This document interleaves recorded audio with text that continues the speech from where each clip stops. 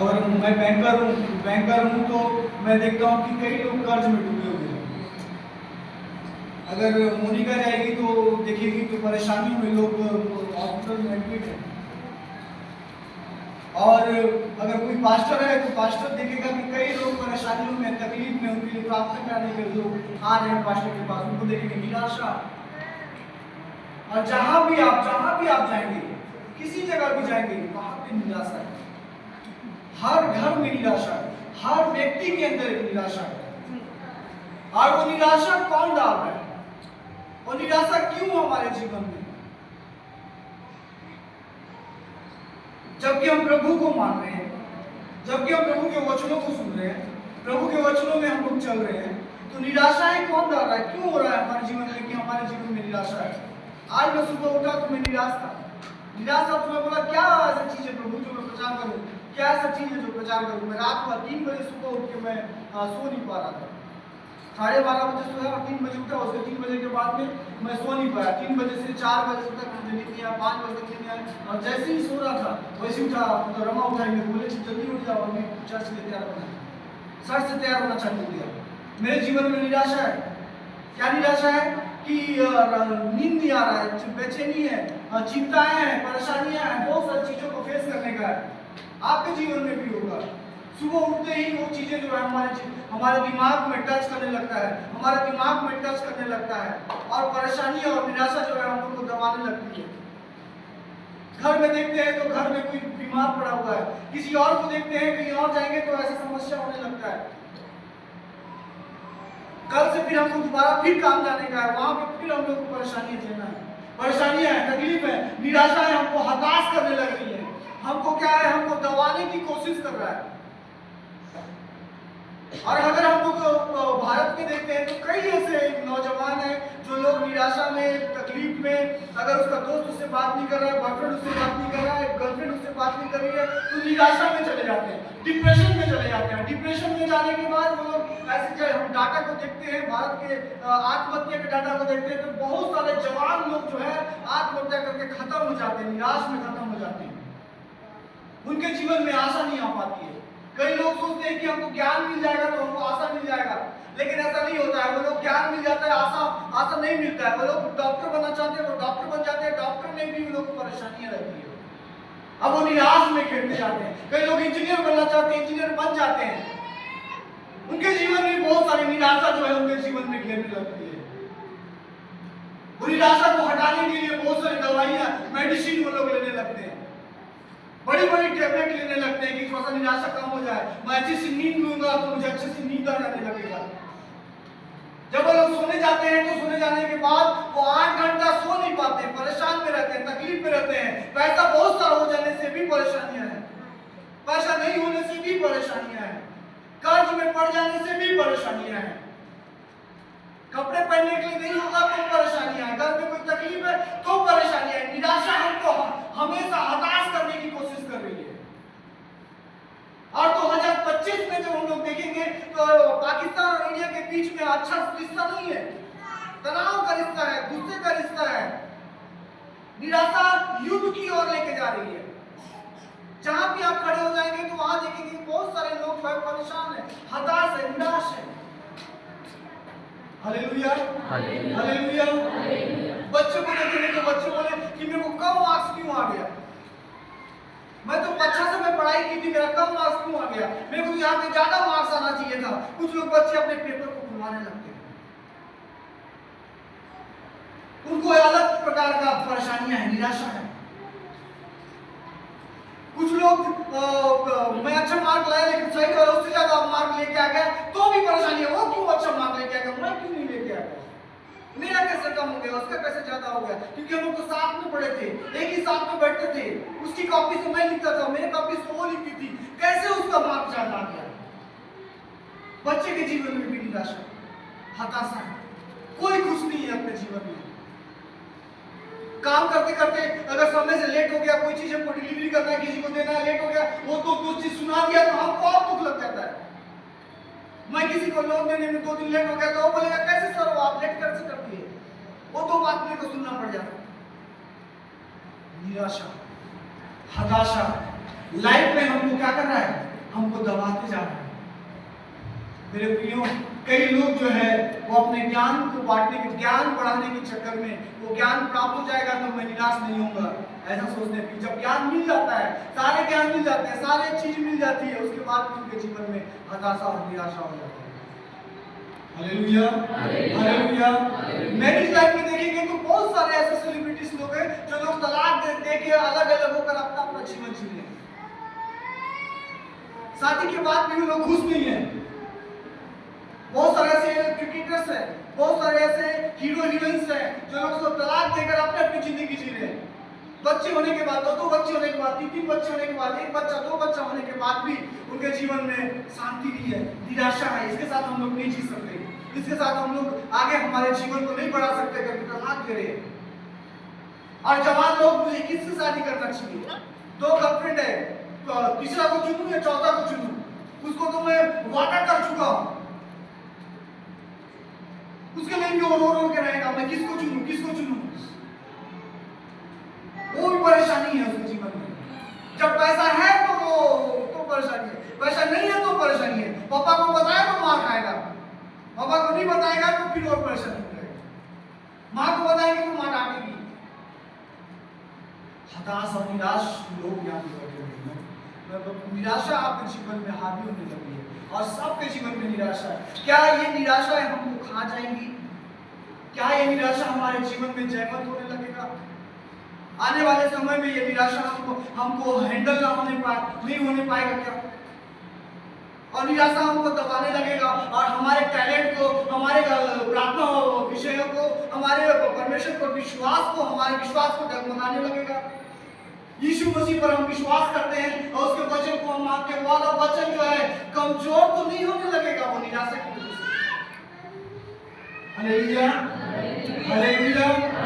आइए हम लोग वचन पढ़ेंगे। इब्रानियों दूसरा वचन, दूसरा अध्याय, उसका पहला वचन।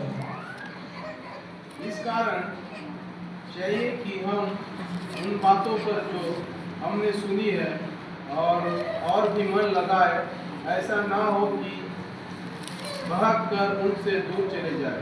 हालेलुया। इब्रानियों की पुस्तक जो है पौलुस ने लिखा है। अब ध्यान से सुनेंगे, इब्रानियों की पुस्तक जो है पौलुस ने लिखा है और पौलुस जो है इब्रानी लोगों के लिए, इब्रानी एक अलग प्रजाति है, इब्रानी बोलने वाले एक अलग प्रजाति है, उनके बारे में वो लिख रहा है। और पौलुस जो है एक तो बुद्धिमान व्यक्ति है। अब वो एक एक जातियों पर, एक एक लोगों पर, भाषा बोलने वाले लोगों पर वो क्या करता है, वो पत्र लिखता है और उनकी समस्याओं को हल करने की कोशिश करता है। और वही पत्र जो है वो इब्रानियों की पुस्तक में वो लिख रहा है। और क्या लिख रहा है इसमें, क्या लिख रहा है? दूसरा वचन में लिख रहा है, इस कारण चाहे कि हम उन बातों पर जो हमने सुनी है और भी मन लगाए, और ऐसा ना हो कि बहक कर उनसे दूर चले जाए। क्या बातों को हमने सुना है, क्या बातों को हमने भविष्य में, वर्तमान में, पास्ट में हमने सुना है? कौन सी चीजें हैं जो हमने सुन के रखा है? कौन सी चीजें हमने पढ़ के रखा है? कौन सी चीजें जो पास्टर के द्वारा हमको कहा गया है, उससे हम बहक तो नहीं रहे, उससे हम इधर उधर भटक तो नहीं रहे। और उस क्या बोल रहा है, बहक मत जाना। क्या बोल रहा है? बहकर उससे दूर ना चले जाओ। आपकी शिक्षा क्या है? आपका सिद्धांत क्या है? आपका प्रिंसिपल जो मेन जो मुद्दा है आपका, जो आपने किस चीज पे आप खड़े हुए हो, जो आप जिसको चट्टान मानते हो, वो आपकी शिक्षा क्या है, वो जानने की जरूरत है। अगर नहीं जानेंगे तो आपको निराशा भटकाने लगेगा। Hallelujah, hallelujah. यिर्मयाह की पुस्तक जब हम लोग पढ़ेंगे तो यिर्मयाह एक भविष्यवक्ता है और वो भविष्यवक्ता को जब हम लोग उसको पढ़ेंगे तो उसको जो है रोने वाला भविष्यवक्ता कहा गया है। वीपिंग क्या बोलते हैं उसको? प्रॉफिट, वीपिंग प्रॉफिट, रोने वाला भविष्यवक्ता। वो क्यों ऐसा होता है? क्योंकि लोगों को देख देख कर, परेशानियों को देख के, तकलीफ में देख के, लोग हताश में, निराश में हैं, परेशानियों में, पाप में डूब रहे हैं, उनको देख के वो रोता है। प्रभु यीशु मसीह जब वो यरूशलेम में आया तो यरूशलेम को देख कर रोने लगा, उसकी स्थिति को देख कर रोने लगा। उनके पाप के चीजों को देख के वो रोने लगा। मैं इस धरती पर आया और आया तो देखने लगा कि लोग पाप कर रहे हैं। इन्हीं लोगों को बचाने देने के लिए आया हूं, और यही लोग पाप कर रहे हैं, मंदिर में गंदा कर रहे हैं, व्यापार कर रहे हैं, निराशा में, हताश में पड़े हुए हैं, पैसा पैसा लेन देन कर रहे हैं, उनके जीवन में कुछ भी चीज नहीं है। बाइबल क्या बताती है? जब हम लोग पढ़ेंगे याकूब 5:3 में हम लोग जो पढ़ेंगे तो वहां क्या लिखा है? तुम्हारे सोने और चांदी से को काई लग गई है। तुम्हारे सोने और चांदी से क्या लग गई है? पढ़ी। तुम्हारे सोने चांदी में कोई लग गई है, काई लग गई है, और वह काई तुम पर गवाही देगी और आग के समान तुम्हारा मांस खा जाएगी। तुमने अंतिम युग में धन बटोरा है। हालेलुया। वो क्या बोला? तुमने अंतिम युग में धन बटोरा है। जब प्रभु यीशु मसीह यरूशलेम में गए तो लोग क्या करने लगे? व्यापार करने लगे। इधर ध्यान से सुनेंगे, मेरे को देखेंगे। व्यापार कर रहे थे लोग। क्या करने के लिए? अपने आप को संपत्ति, धनवान व्यक्ति बनाने के लिए। लेकिन धनवान व्यक्ति बनाने के चक्कर में बाइबल क्या बोल रही है? याकूब की पुस्तक क्या बोल रही है? तुम्हारा सोना और चांदी में क्या लगता है? काई लग गया है, शंख लग गया है, और तुम अंत के समय में तुम क्या कर रहे हो? धन बटोरने की कोशिश कर रहे हो। हमारे जीवन में शांति लाने की कोशिश कर रहे हैं। कैसे? धन बटोरने के द्वारा, हमारे सोना चांदी कमाने के द्वारा। हम क्या कर रहे हैं? हमारे जीवन में काई लगाने की कोशिश कर रहे हैं, हमारे जीवन में जंग लगाने की कोशिश कर रहे हैं। निराशा को हम लोग स्वागत कर रहे हैं। आ निराशा, तू मेरे घर में आके बैठ। कौन है तुम्हारी निराशाओं को हल करने वाला? क्या सोना कर सकता है? क्या चांदी कर सकता है? क्या पैसा तुम कमा लोगे? तुम्हारे अंदर की निराशा कम होने लगेगी क्या? बाइबल ऐसा नहीं बताती है। क्या जब तुम डॉक्टर बन जाओगे, जब तुम बड़े मैनेजर बन जाओगे, जब कोई चीज पोस्ट आपको मिल जाएगा तो वहां पे बैठ के तुमको शांति मिलने लगेगा क्या? जब तुम बड़े ज्ञान को प्राप्त कर लोगे, डॉक्टर बन जाओगे, डॉक्टरी आपके नाम के सामने लिखने लगेगा, और तुम जो है एक वैज्ञानिक बन जाओगे, कुछ चीजों को खोज करने लगोगे, तुम्हारे जीवन में शांति आ जाएगी क्या? बाइबल बताती है जितने भी चीजों को हम प्राप्त करने की कोशिश करते हैं वो चीजें जो है बलिदान मांगता है। समय का बलिदान, लोगों को त्यागने का बलिदान, परिवार को समय ना देने का बलिदान, और परमेश्वर को वचन को ना सुनने का बलिदान। और तुम क्या करोगे? संसार की चीजों में बढ़ते जाओगे और परमेश्वर की चीजों में आप घटते चले जाओगे। आप सोचोगे कि मेरे पास तो बहुत है, लोग बहुत है, पैसे आ रहे हैं तो लोग मेरे साथ में खड़े हुए हैं। जब तुम्हारे जीवन में निराशा आने लगेगा, तो जब आप अकेलेपन महसूस करने लगोगे, उस समय याद आएगा कि तेरा वचन क्या बोलता था? तेरे सोने और चांदी में जंग लग गया है, काई लग गया है। तुम जो आने वाले समय में, जो अंत के समय में तुम क्या कर रहे हो? धन को बटोर रहे हो। जब मैं भी ऐसी सोचता हूँ कि मैं धन बटोरने के लिए यहाँ भागा फिरता हूँ, परेशानियों में यहाँ भागा फिरता हूँ, मैं काम के सुबह से निकलता हूँ, 8 बजे से निकलता हूँ, बहुत सारे परेशानियों में होकर आता हूँ, लगता है कि मैं मेरा जो है निराशा दूर हो जाएगा, और मैं फंसते चले जाता हूँ। जब मैं वचन देखता हूँ तो बोलता हूँ मैं हवा में अपने हाथ पर फैला रहा हूँ, कुछ प्राप्त नहीं कर पा रहा हूँ। Hallelujah, hallelujah, hallelujah. आप भी तो ऐसे नहीं हो? परेशानियों में, निराशाओं में, काम में, चर्च आने में तकलीफ हो रहा है, समय में आने में तकलीफ हो रहा है, कोई आपको जोर जबरदस्ती तो चर्च नहीं ला रहा है, आना ही चाहिए। अगर ऐसा आए हो तो आपके जीवन में उद्धार नहीं आएगा। Hallelujah, hallelujah. ये वचन क्या बता रहा है? उद्धार के विषय में बात कर रहा है। उद्धार डुबकी लगाने से नहीं आता है।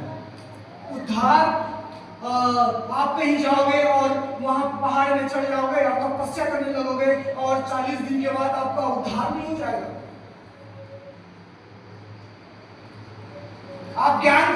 कर लिए, बाइबल के वचन को प्राप्त कर लिया, उसको सब चीज आप जान गए, फिर भी आपका उद्धार नहीं होगा, आपको शांति नहीं मिलेगा। प्रभु यीशु मसीह बोलता है कि मैं इस दुनिया से जा रहा हूं, मैं पिता के पास जा रहा हूं, लेकिन तुमको मैं शांति दिए जा रहा हूं। लेकिन जो शांति दिया वो शांति कहां गया? वो जो आनंद देने वाला चीज, जो शांति देने वाला एक स्थिरता देता है, वो चीज हमारे जीवन से कहां चला गया? निराशा कैसे हमारे जीवन में घुसने लगा? हमको चर्च आने में तकलीफ क्यों हो रही है? समय पे आने के लिए तकलीफ क्यों हो रही है? वचन पढ़ने के लिए तकलीफ क्यों हो रही है? बाइबल पढ़ने के लिए, प्रार्थना करने के लिए क्यों तकलीफ हो रही है? क्योंकि हम पहली बार प्रार्थना कर रहे हैं, पहली बार हम चर्च आ रहे हैं।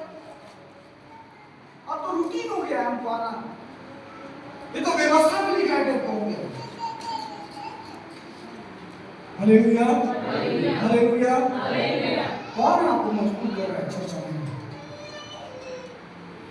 कई लोग स्वर्ग जाने के लिए आ रहे होंगे, कई लोग नर्क के डर से आ रहे होंगे, वहां का कीड़ा तो नहीं काट लेगा मेरे को, इसीलिए मेरे को चर्च आना जरूरी है। वहां का सांप मेरे को टोकने लगेगा, इसलिए मेरे को चर्च आना जरूरी है। और सांप बहुत सुंदर है, इसलिए मैं यहाँ पे आना चाहती हूँ, क्योंकि पड़ोसी जा रहा है इसलिए मैं भी जा रही हूँ, मेरा दोस्त जाता है, मेरा पास्टर बोला है चर्च आने, इसलिए मैं चर्च आ रही हूँ। मेरा मन नहीं है चर्च आने का, अगर मैं नहीं जाऊंगा तो मेरा पास्टर क्या बोलेगा, मेरे पड़ोसी मेरे को क्या बोलेगा? ये तो चर्च ही नहीं जाता है। ये भी आप लोग के जीवन में, हमारे जीवन में निराशा है, हताशा है। ये नहीं बोला कि सभी के साथ, बहुत सारे लोग ऐसे हैं जो लोग टाइम पास करने के लिए चर्च आते हैं, या फिर स्वर्ग जाने के लिए चर्च आते हैं कि मैं चर्च जाऊंगा तो स्वर्ग चले जाऊंगा, नरक से बच जाऊंगा। कोई प्रभु यीशु मसीह से प्यार नहीं करता।